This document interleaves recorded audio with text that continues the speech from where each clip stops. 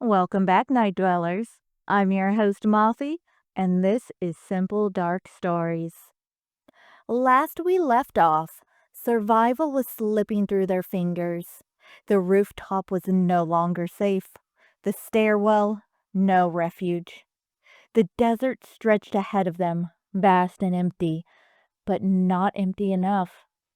The night isn't over, and neither are they.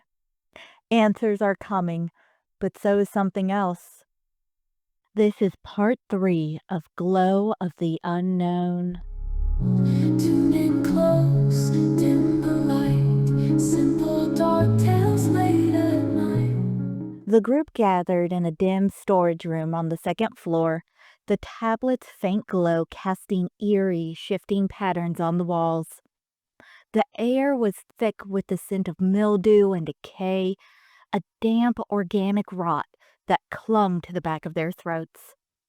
The floor was gritty underfoot, littered with broken glass and the brittle remains of long forgotten crates.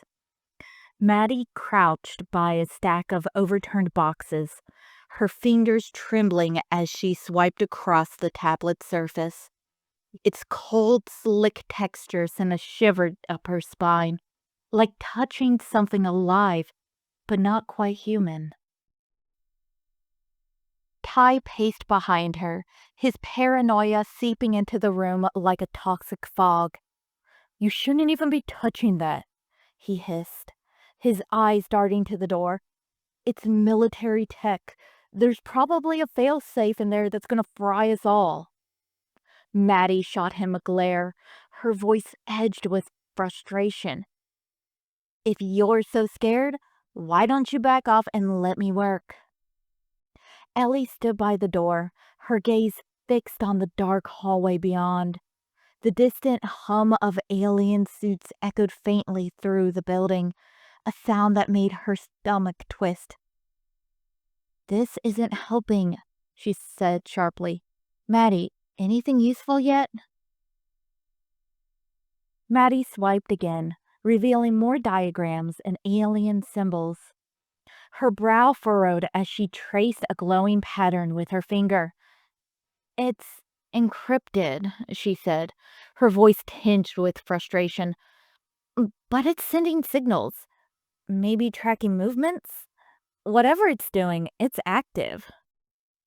Ty pointed an accusatory finger at the tablet. "I knew it! It's bait! They're coming for us right now!" Ellie stepped between them, her voice calm but firm. "We don't leave it behind," she said. "It might be the only proof of what's happening here." Maddie hesitated, then nodded. "Fine, but if it gets us killed, that's on you." The hallway was suffocatingly dark, the faint hum of the alien suits growing louder with every step. Maddie tucked the tablet securely into her bag, its glow dimming but persistent. Ty fidgeted with his jackalope tracker, its small antenna twitching as it emitted a low, steady pulse. "What are you doing now?" Maddie whispered, her voice sharp.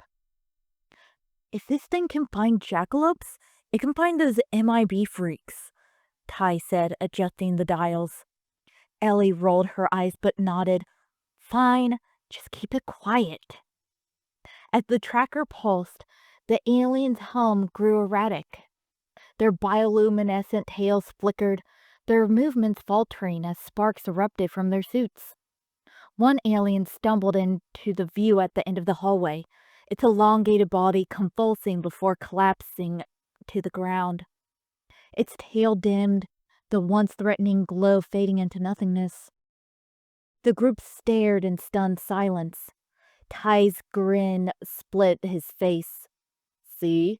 Precision engineering. Told you jackalope tech works." Their brief victory was interrupted by the sound of more footsteps. The glow of alien tails reappeared at the far end of the hallway, brighter and more erratic than before. Ellie motioned for the group to move.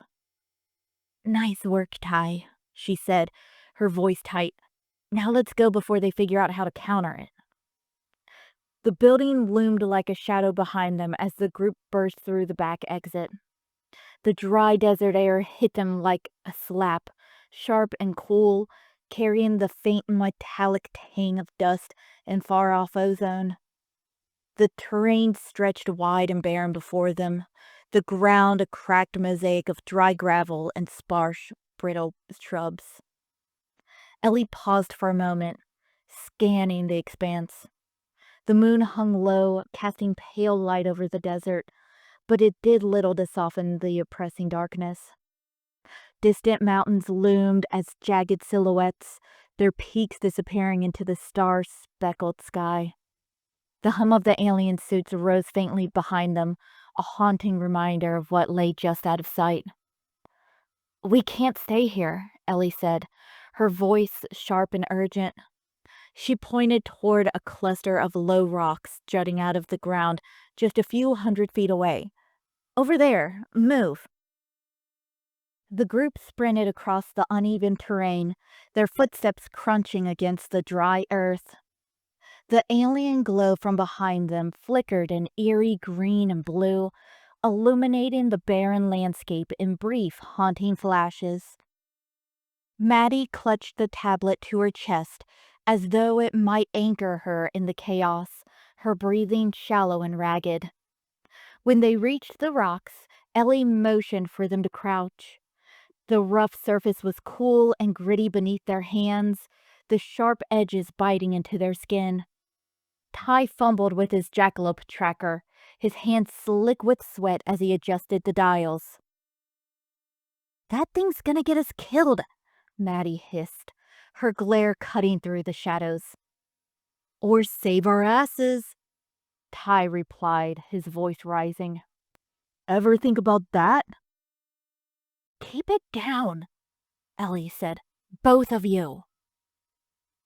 The tracker emitted a low, rhythmic pulse, the faint sound cutting through the stillness. The alien's hum grew erratic, their bioluminescent tails flickering like dying fireflies. One stumbled, its suit sparking violently, but the sound seemed to draw them closer.